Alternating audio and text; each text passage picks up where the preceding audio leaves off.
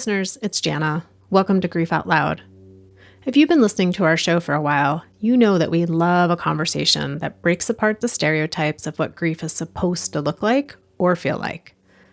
And that's exactly what my conversation with Carla Fernandez is all about.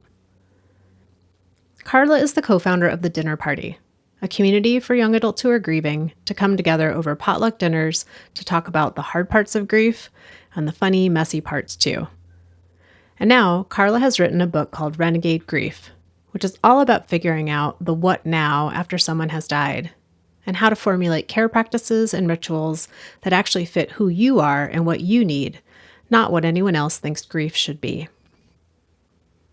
In our conversation, Carla talks about being 21 when her dad died from brain cancer, the gap she saw in grief support for people her age, and how the dinner party grew out of a simple potluck with friends who got it. We also talk about why year 2 can be even harder than year 1, why grief rituals don't have to be fancy or formal, and why food can be one of the most powerful ways to keep a connection with the people in our lives who have died. Whether you're brand new to grief or years into the process, I hope this conversation gives you permission to grieve in the way that feels right for you, even if it looks nothing like what anyone else expects. Carla, thanks for coming back on Grief Out Loud. I am so happy to be here, Jana.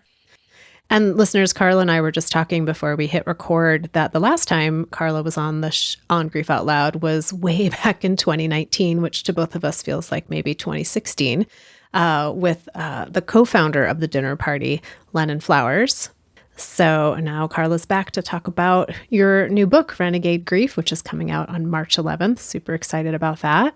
And before we talk about the book, let's talk about you and kind of how you got to even to the point of writing a book called Renegade Grief. And I always start with the why of why we're here having this conversation. So tell us a little bit about your dad who died. Happy to. It's interesting. I feel like in the 15 years it's been since he passed away, his story has sort of receded into the background in a way that feels right, given The Dinner Party is the main headline now. And it's always nice to kind of touch back into him and his story. His name was Jose Fernandez III. I emphasize the third because Jose Fernandez V was just born a couple months ago. My brother, who's the fourth, just had a baby boy. So it's been powerful to see the continuation of a name. And he was awesome. He was a smart, complicated, creative man. He grew up in Brooklyn, New York. He was a lover of music. He went to Juilliard to study orchestral conducting and ended up in the wine business, which is this like bizarre twist of fate, but required its own kind of conducting work. When I was young, we moved from New York to California, closer to wine country where he worked, and that's where I grew up. And he was an incredible guy. When I was 20, he started having some strange symptoms that turned out to be seizures, that turned out to be caused by something that we soon learned was called glioblastoma multiforme, which is a form of brain cancer. And he had about a year from diagnosis to death. And I had the pleasure and privilege at the time of moving in with him, kind of directly from my college dorm as a college senior into his home at the time, and was one of his caretakers in the final 6 months of his life, which was not at all how I expected to spend my first summer out of college, and yet was a deeply impactful moment in my life and has informed how I've spent every one of those 15 years since. I was just thinking, here you are almost 15 years later, and you tell the story of your dad, of his life and his death. And I wondered if you went back in time to the Carla that you were when your dad first died, if you could have imagined being able to just say what you just said in the way that you just said it. Probably not. And in many ways, the book that is coming out on March 11th, Renegade Grief, is the book that I wished somebody had handed to me in that maybe 2 months out, maybe in the time frame of okay, got it. Treatment's not working. We're moving to palliative care. The end is coming. And in many ways, the kind of the big question that I was left in the wake of his death was a question of now what? My dad was agnostic, but we had no real faith tradition to lean on or religious ritual to turn to. I was the first person in my peer group to experience the death of a parent. So friends who had been with me in every other major milestone of my life kind of couldn't fully grok what I was going through. And while I went to have an incredible therapist and went to some grief support where I was living locally, really found like something was missing for me. And a lot of that had to do with what were the rituals and care practices that I could turn to start to kind of metabolize and make sense of the experience. And the other thing I really longed for was where are the places where I can go where that don't feel like they are back in the medical institution where we've just spent the last year under the fluorescent lights in the basement of the cancer unit, which is where I sought out some grief support, but rather in a setting that felt appropriate for a 21-year-old on a Thursday night.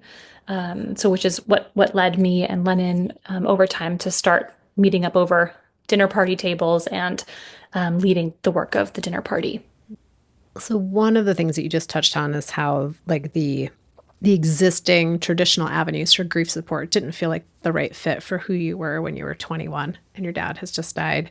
Were there other dominant narratives around grief and what grief is supposed to look like or how you're supposed to do it that started to just feel like this doesn't fit for me at all? Definitely. The first thing that comes to mind is I didn't have any narratives to turn to in the kind of the grief or death avoidant or denying culture that I think most of us agree that we live in. Having been in a family where all four of the grandparents were still alive, lucky me, like I'd never been to a funeral before. And it felt like in the sort of grief and death avoidance that we live in, there hadn't really been any practice that I had been through.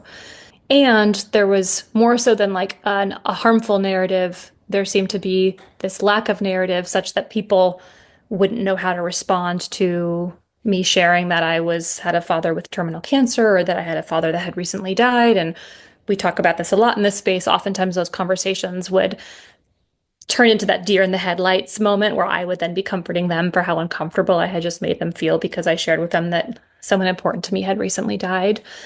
So there's sort of like the void of narrative. And the more that I got into the space and the more I realized that, like, oh, employees in America have no federally mandated protections when they're grieving. So it's implied that you'll be back to work in 3 days, or it's implied that the first year is the hardest, but then after that, things will kind of get better or go back to quote unquote normal. And yeah, all of those kinds of, for the places where there were narratives that felt a little off, the more time I spent within my story of grief, the more I realized there was room for new kinds of conversations. And it was really in sitting down around the dinner party table where I was connecting with other young adults who were asking the same questions that I realized that there are alternate narratives available to us. It's just a matter of finding the people who want to like sit down and talk about it. I imagine in some of those initial conversations you started to have with people who were offering some other narratives, or at least a narrative that you could be like, oh, I fit with that, or I don't fit with that. One of the ones that you mentioned that I wanted to talk more about was this idea that if you just get through the first birthday, first anniversary, first this holiday, first that holiday, whew, I got through the first year, it's going to be easier from here. And I have talked to so many people who say, year two, actually worse than year one, which I think is speaks to the idea that people are a little more embodied and conscious in year two. And so they're feeling it in a different way. But for listeners who are kind of in that spot, could you talk a little about what you remember about year two and if you had a similar relationship with that? Definitely. Yeah, a lot of what I ended up reflecting on in the book and able to go back and replay some of my own memories around that time frame was that we're actually quite good for the first 40 days. There's some sort of a memorial service, there are motions to move through, there is an obituary to write, there is care packages from folks who are looking out for us, and then there's sort of this dust settling, time to return to normal moment where the rest of the world has moved on and we're rendering to reality without this person in our life. And that might not hit, that might hit in month two instead of year two, but it feels like we have a lot of great social nomenclature around month one, but it's after that where things can kind of go quiet. And I remember year one feeling like a year of shock. and feeling like kind of scrambling to figure out who I was and where I was living and getting a job and sort of steadying my life in the wake of this person's departure. And year two was the year where my nervous system could kind of exhale and I could say like I could ask the question, now what? Which coincidentally is right around when the sort of expected processing and the rituals that we might have in place kind of peter out. So it really drove me to this question that I explore in Renegade Grief, which is what are the care practices that we can turn to, whether they are individual or collective, not on day 10, but on the anniversary of year 10, when we have the wave of grief expectedly or unexpectedly.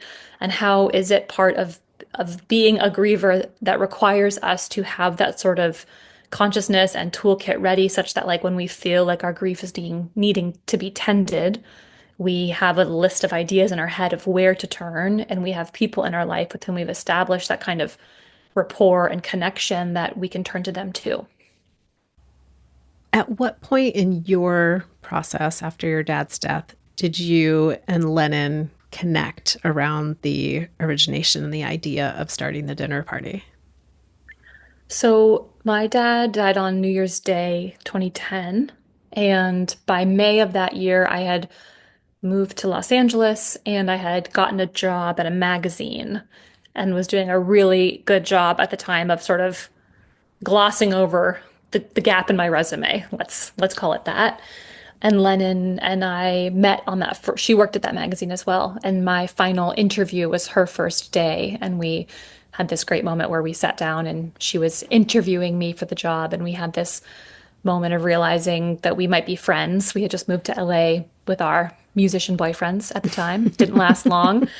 But at the end of the interview, I remember asking her, like, can we exchange phone numbers? And I don't care if this job works out, but can we be friends? And the job did end up working out. And also in that first conversation, we talked about how we both had a desire to kind of build something in the world or create something. And it's, looking back at that moment, I think that was sort of the moment where the seed was first planted when we recognized that we might be creative collaborators in something. And then it wasn't, funnily enough, it was a few months after that initial meeting where Lennon and I were out getting a coffee and I kind of let my guard down and was told her that, my dad had died within the 6 months prior. Expecting, I mean, she's an amazing, empathetic, kind person. I didn't expect Lennon to kind of give me the deer in the headlights, but I definitely didn't expect her to say me too and to share with me that her mother had also died and she'd also done a really good job of hiding it. And here we'd been in this startup environment, kind of elbow to elbow, pulling all-nighters and being sort of young and hungry professional people in the world together. And yet this topic had never come up. We'd both kind of avoided it until one of us finally kind of introduced the elephant. And it was within 5 minutes, we were back in the open floor plan office and it wasn't the right time to kind of get into it. So I invited her over to dinner and I invited with her a few other people who I'd met that had also experienced a significant loss, who I'd always wanted to be able to like get into it with them, but there was the party or wherever we were was never the time and place to really go there. And that first dinner, which ended up being a potluck, was sort of the origin of the dinner party, which is this organization that now supports tables in places across the country and has matched about 20,000 people to tables, people who are looking for peer support in grief. Yeah, but the whole thing started because of a moment of letting it slip that my dad had recently died because I'd found someone with whom I felt like I could be open and real about the answer to the question, how are you? What stood out to you after that first dinner, this potluck, bringing people together who you're like, okay, maybe these folks are not going to deer in the headlights me, and also be willing to get into it a little bit more and talking about the grief. When the night was over and you were doing the dishes, what stood out to you? So many dishes. We've done so many dishes. The thing that stood out to me was it was like really fun. It felt like a blast. It felt like an evening with old friends, even though most of them I hadn't spent all that much time with if I'd ever met them before. or talked to them for more than, one of the people that was there that first night I kind of met at a party and got our number. And so it was really new relationships. And I was surprised by how quickly using the shared topic of exploring the good, the bad, the ugly of our grief allowed us to go from like relative strangers to like belly laugh besties feeling.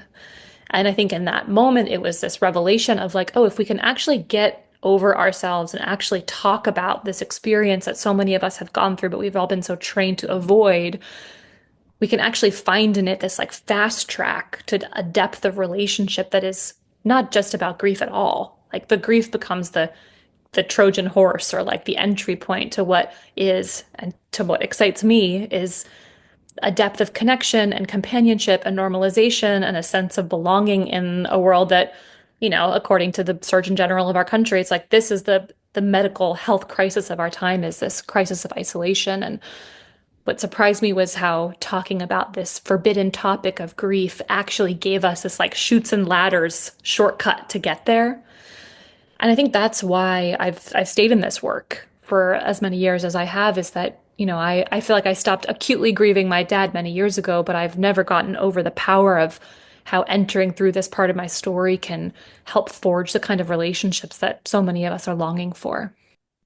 The other thing that surprised me about that first evening was that it wasn't just about the death or the accident or the diagnosis, but it was about the ways in which someone's loss can wind its way through all different kind of unexpected corners and aspects of your life.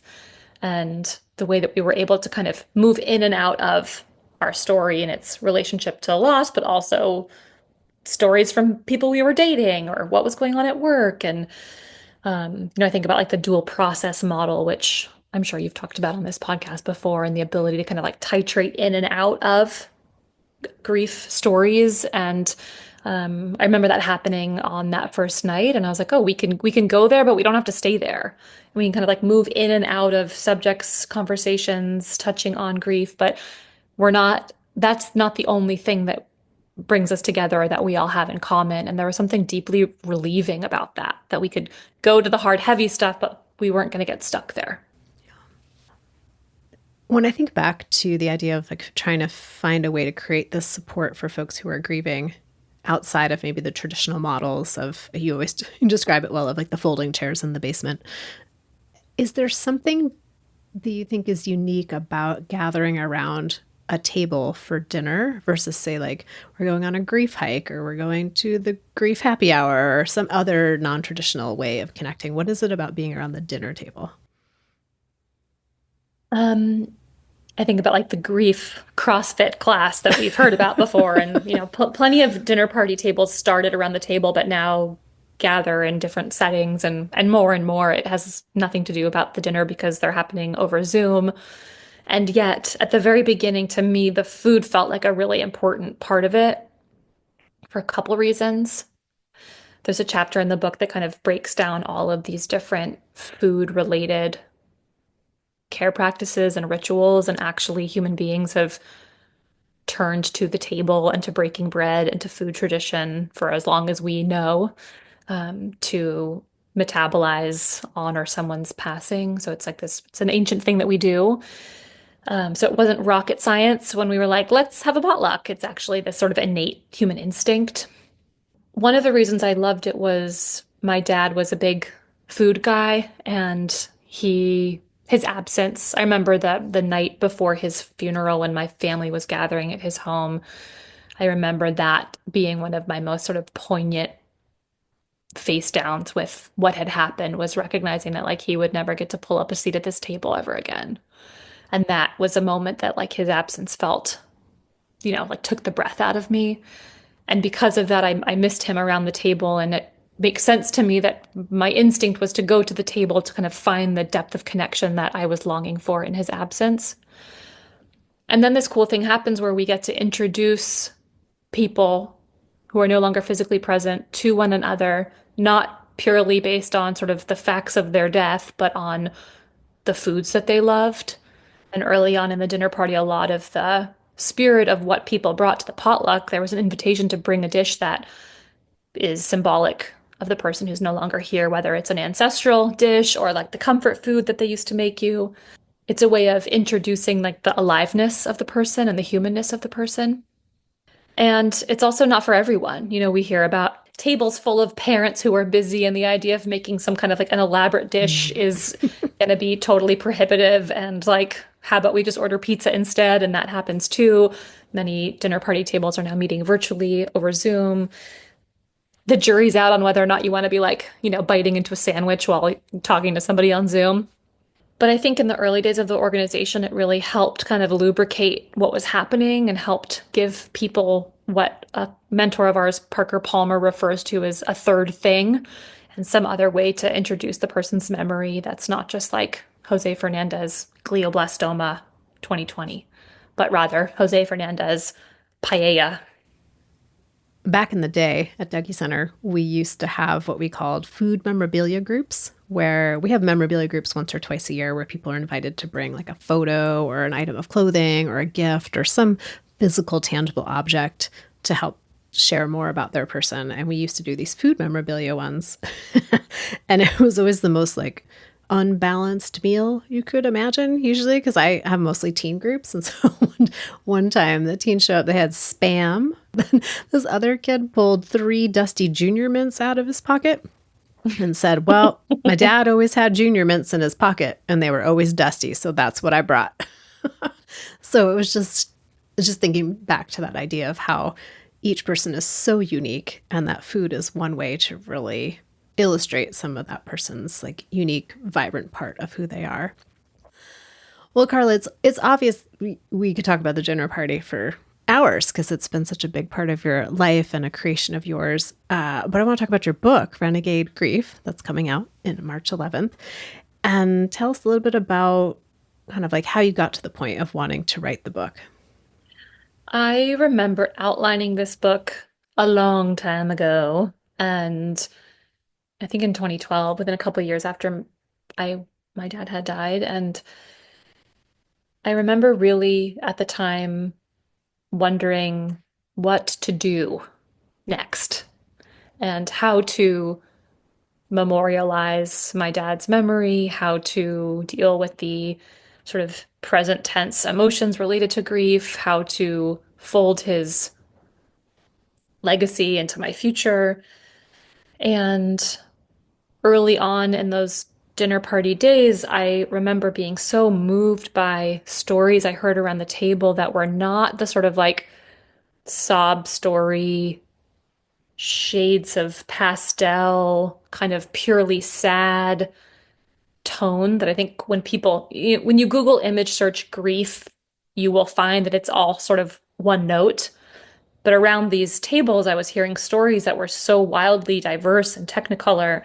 And I was hearing all of these people who, similar to me, were like, I didn't really know what to do, but I started to experiment with this care practice, or I started to make this dish of theirs, or I built an altar for them, or I am going on a trip to honor them. And I was always so moved by the creativity and the agency and the sort of experimental spirit with which other people my age were sort of working with the material that was their grief. And I kept kind of logging those and pattern matching them. And I remember in 2012, like kind of outlining, like there's actually some things that you can do that can help make sense of, metabolize, connect with others. And it also became very clear that a lot of times those practices or rituals were invitations to build the kinds of relationships that I was seeing were so critical, so that you had the person to call if you were having the hard grief day or the great day and wanted somebody to celebrate with, especially if you were looking for relationships outside of kind of your immediate family or existing friend circle. So I kind of logged this list, and we did some awesome events many years ago across the dinner party community that we called Finding What Feeds Us, which brought community members together to actually experiment with these different care practices that we were hearing were actually working for people, and had like a bucket of plates where people could take a hammer and destroy some Goodwill junk, or like a big pile of donuts that was like a place to go and indulge in your sweet tooth, if that was like one of the things that made you feel better in your grief. And So for many years we've been experimenting with this, like once people come together around the table and start swapping stories of like what is working for you, whether it's traditional therapy, whether it's pharmaceutical support, whether it's writing a letter to the person who's no longer here, whether it's, the list goes on and on. And I kind of have always been whispered to that this should exist in book form, and that like if I could go back to the person who I was when I was 21 and like leave something on her bedside table for her to find, it would be this list of rituals and suggestions around care practices for herself and her people. And then it wasn't until, Lennon and I had kind of talked about writing it together and sort of started and stopped a few times. And then it wasn't until COVID hit in 2020 that I remember waking up one day and was like, okay, if I don't write this book, someone else is going to write it. It's ready to come into the world, and kind of pulled myself together to kind of buckle down and pull it together. And I'm so glad that I did. And now it's nearly out in the world. Coming soon. Coming soon to a bookshop near you. You've referred a couple times to these care practices that you were really gleaning from a lot of the folks that you were engaging with around dinner party tables. Is there a care practice that you've been turning to recently, whether around grief around your dad or any of the other multiple things we are all grieving in this world? I so appreciate that question. Yeah, I think that I have found the last few years to be at times destabilizing.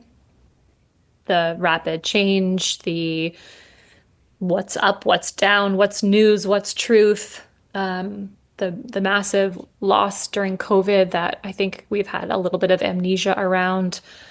We started talking in this morning's conversation about the wildfires that, while recording this, are burning in California. It's getting clear to me, clearer and clearer, that grief is not something that happens exclusively when a human being dies. And it's not something that we exclusively do in that 1 year after. And yet it's like a part of reckoning with the impermanence of life on Earth. And this feels like a time where permanence is getting questioned in all different kinds of ways. All of that to say, it's like basically my New Year's resolution to continue practicing the verb that is grieving, even when I am, maybe I'm in a moment in my life where no one has died recently, and yet the grief is real about the environment shifting, about the state of democracy. There's so many things that I think we're all grieving now, whether we're consciously aware of it or not. So I've been going back to the basics of building altars. I have a few different moments in the last year have been like, okay, I actually need a physical place in my home or on the property where I live where I can sit down and steady my gaze. And altar building is old school, like as old school as it gets. But Mary Frances O'Connor, who's an amazing neurosurgeon who wrote the book The Grieving Brain that I'm obsessed with, wrote in her book an explanation for altars that really altered how I relate to them. And she talks about after having sort of strapped sensors onto people who are grieving's brains and looked at like what is going on in there, she relates it almost to like the spinning wheel of death when your computer is trying to load a file but can't find it. And similarly, our brains are trying to locate the person who's no longer here, or the place that's no longer here, or the way of life that's no longer here on the kind of the map of our brain. And her explanation is that building altars or shrines or having physical places where we can locate our person allows us to kind of like set our gaze somewhere and steady our gaze. And that's been wildly helpful for me. So, and it's what's cool about it is it's so simple and it's not a big deal. And I post about it on Instagram. It's just a private thing that I do within my life that really helps me kind of like find the spot on the wall such that if I'm spinning around, I can not lose my balance. I talk to a lot of people who write a lot of books about grief. And there's one of the questions I was like, how does it feel to have your book out in the world? And I can't ask you that yet because yours just not out in the world yet, but it will be soon. What are you, if anything, nervous about having this book out in the world? I'm wildly nervous. I was talking to a friend of mine named Suleika Jawad recently, and she wrote a very successful book, a beautiful book, and I was asking for her advice, and she was amazing and was like, "Oh, it's terrible." Like the months before the book comes out, or the year the book does come out, it's you're like a ball of nerves. And I'm amazed by the ways in which the human brain can like anticipate everything that can possibly go wrong as a defense mechanism to like prevent those things from going wrong, even though it doesn't do much other than just give you good things to ruminate on. Yeah, so that's just like a general, it's like a nerve-wracking thing to release a piece of work into the world that I have spent so many years thinking about and caring for, and I feel very honored that this book is does touch on my story, but the majority of it is using my story as an entry point to tell the stories of other people who I've met over the years who have just blown me away. And it was such a treat getting to write this book because it allowed me to pick up the phone and call people and tell them we were at a dinner party 7 years ago and you shared this anecdote and I cannot get it out of my head. Like, will you please do me the honor of letting me ask you more questions about it and write about it? So there's always the nerves of like, have I done those stories justice? And I had some beta readers read the book and got some feedback from them that some of the stories that they read about are already giving them ideas and fodder and sort of grist for the mill around how they're relating to their own death experiences in their life. There's a story in the book about a friend of mine whose father left behind videotapes of himself speaking directly to camera, kind of narrating his life. And this friend of mine carried them around for a long time. And it wasn't until many years after his father's death that he decided to actually do something with them. And he ended up making a beautiful documentary called The Death of My Two Fathers. And a friend of mine read that chapter and realized that they had similar musical material from their father that they were going to break out and make something with. And I had that moment of like, great, that's enough. Like, let that be enough. And if this book has helped that person unblock that, the dusty box of cassette tapes in their closet that will allow them to kind of open up creatively and explore their relationship with their father and make something beautiful from it, like it was all worth it. In an interesting way, it's like a continuation of a dinner party conversation where if people will come together virtually or in person and share that story, and then that story becomes something that sparks them to think, oh, I could do something similar, to know that your book now is taking those stories and putting them out into the world that might inspire folks who haven't been a part of a dinner party gathering before. I hope so, the dinner party is a small but mighty organization. And, while we've had 20,000 people come to a dinner or get matched to a table, that is like a drop in the bucket of the number of people who've experienced a loss. So I hope that this book gets to embolden and feel celebrating for people who are within the community, but that it goes far beyond the people who've been to our table or who are interested in sitting down to dinner to talk about their loss experience. The first care practice I explore is feasting, but that's kind of the only time in the book that I talk about the food aspect of it. There's so many other ways and modalities and ideas and experiments that people can turn to metabolize and make sense of their loss. Earlier in our conversation, we were discussing the idea of these sort of dominant narratives around grief and how oftentimes there's like an absence of any narrative around grief, but oftentimes the ones that we do run into don't feel like they fit quite right. And one of the ones for me is this idea that grief is universal, and then inherent in that is this understanding or expectation that it's like the same for everybody, or it's a great equalizer in some way. And one of the things I've witnessed over the years of just kind of keeping tabs on Dinner Party and what you all are doing is how many tables that are specific to certain aspects of identity have really come into being. And I was curious if you could just share a little bit about why that feels important to have these more identity-based dinner party gatherings, or any kind of gathering for people who are going through grief. Yeah, happy to. Yeah, there was a moment in early COVID where we realized that folks were obviously no longer able to meet in person, which meant that the tables that we were matching didn't have to primarily be about, but what neighborhood do you live in? We could ask, what are the other aspects of your identity or of your lost story that you think might be useful to connect with other people around? And once we were kind of untethered from geography and time zones and traffic patterns and who's going to drive across the city of LA on a Tuesday night at 5 p.m., we could look at this pull for affinity spaces. And we'd already been, we had early days at an LGBTQ table in the Bay Area led by a friend and an early host of ours whose name's Eva Silverman, and started to realize the ways in which grief is this intersectional experience, and it, who we are and our family dynamics and our um, lifestyle and our backgrounds and our religion informs how it is that we kind of look through this lens of grief. And more, we've seen a rise of interest in affinity spaces that we've been leading virtually, whether that's loss specific, suicide loss table, double parent loss table, or identity specific, whether it's LGBTQ or BIPOC, etc. And, I think that there's specificity is powerful. And we found early on that if you were the only person at your table who'd experienced loss by suicide, or if you were the only man at your table, you could leave having hoped to feel connection and belonging, but actually end up feeling more polarized or more isolated.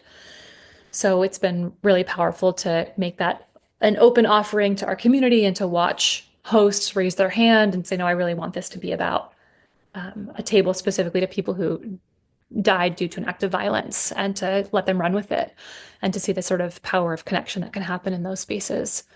So, and now we're seeing more and more a rise of in-person tables matching again, but the affinity tables will certainly continue to happen. So, one last question for you. I feel like what comes through in your book and then in just knowing you and the work that you do, there's this sense of finding like creativity in grief and still finding joy in grief. And I know for many folks, especially early on, are like, joy, and that's no longer a part of my lexicon. I'm curious for you, like, what is it about finding ways to connect back to this concept of joy in your grief that feels so important?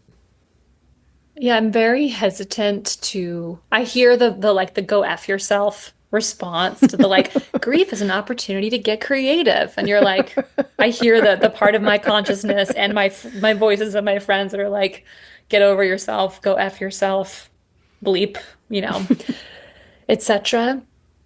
And I think what's interesting about these care practices, while they can sound like cutesy, oftentimes they're done with like a heavy heart. And they are like the place to just move the energy, even if the energy doesn't end in some sort of a like happy moment. And like there is a chapter in the book about celebration and how like even in the hardest, darkest moments of humanity, we have found ways to come together and like raise a glass or like dance or play music or celebrate the fact that like they were once here or we are still here. So I hope that my work doesn't ever come across as like a cheer up buttercup narrative by any stretch of the imagination. And the truth is that I have found an immense amount of joy and connection in the weird twisting road that I have traveled as a direct result of my father dying.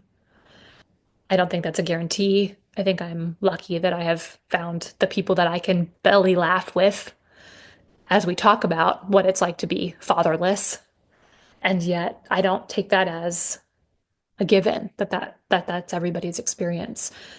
And I think there's such damage that can be done when we're like, I've heard so many stories of people whose family members are kind of like, well, we're just so sad that you're still sad.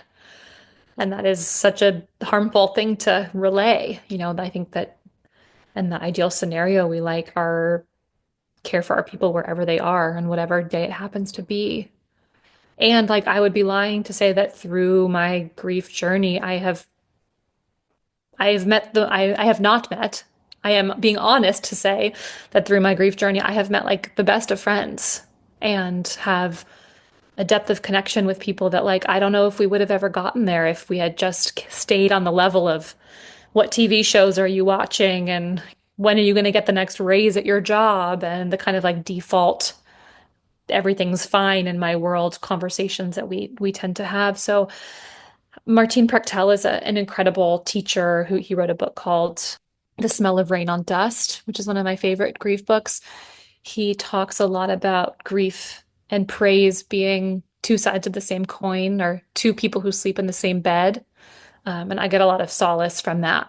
We don't have to see our ability to grieve someone as opposing our ability to praise their presence or the fact that we got to know them or our gratitude for their life and for our life. One of the things I appreciate about the way you just were framing this concept, I always go back to, it's less about this idea of like, oh, well, you should still feel joy, you know, this expectation that you're going to feel joy. But I think this idea of like the permission that it can happen. And that I talk with kids and teens and young adults who feel guilty, the first time they find themselves having a belly laugh with somebody about something, or the first time they enjoy something that they haven't enjoyed in a really long time since their person died. And to just normalize that both of those things can exist exactly at the same time. I'm always grateful for people who are continuing to make that a possibility for folks without it being an expectation. 100%. Well, I'm excited for your book to be out in the world on March 11th. So where can listeners go to find your work, Dinner Party, Renegade Grief, all the places? All the above.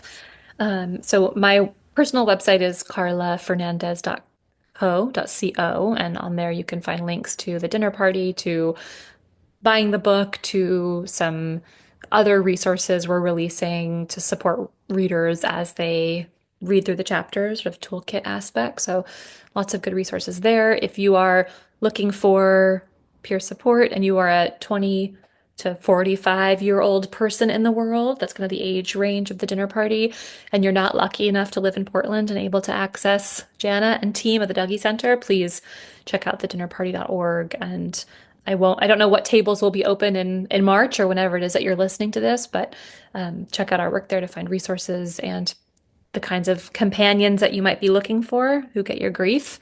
I'm available on all the kind of normal social places, but carlafernandez.co is really the place to connect. Well, listeners, I put all that stuff in the show notes so you can find it pretty easily. Carla, thank you for your book. Thank you for having this conversation with me. Thank you for being such a bastion of support for young adults in the world, because anytime someone reaches out to me and they're like, I don't live in Oregon or Portland, I'm like, great, here's the dinner party. So I'm so thankful for the work that you and Lennon have put into that and how you've grown it over the years. So thank you for that. And thank you for this time together today. Of course. And whenever anybody, this just happened last weekend, reaches out to me and asks what to do for grieving young people, you guys are my gold standard, first stop. So grateful for the work you're doing. And I got to visit the Dougy Center a few years ago and was like, didn't want to leave. So I'm so happy that your organization exists, and we'll just both keep doing what we're doing. Well, thanks again, Carla. And listeners, I say it each and every time to you. Thank you for being part of our community, for making the show mean something. It's our 10th year anniversary, all of 2025. We are celebrating 10 years of Grief Out Loud. So I'd love to hear from you. You can email me at griefoutloud@dougy.org. It's dougy.org. That's also our main website, where you can find all of our free downloadable resources, information about our local programming, and of course, each and every episode of Grief Out Loud. Excited as always to share, the podcast is sponsored in part by the Chester Steffen Endowment Fund. Grief Out Loud is a production of Dougy Center, the National Grief Center for Children and Families in Portland, Oregon. Thanks again for listening. Hope you'll join us again next time.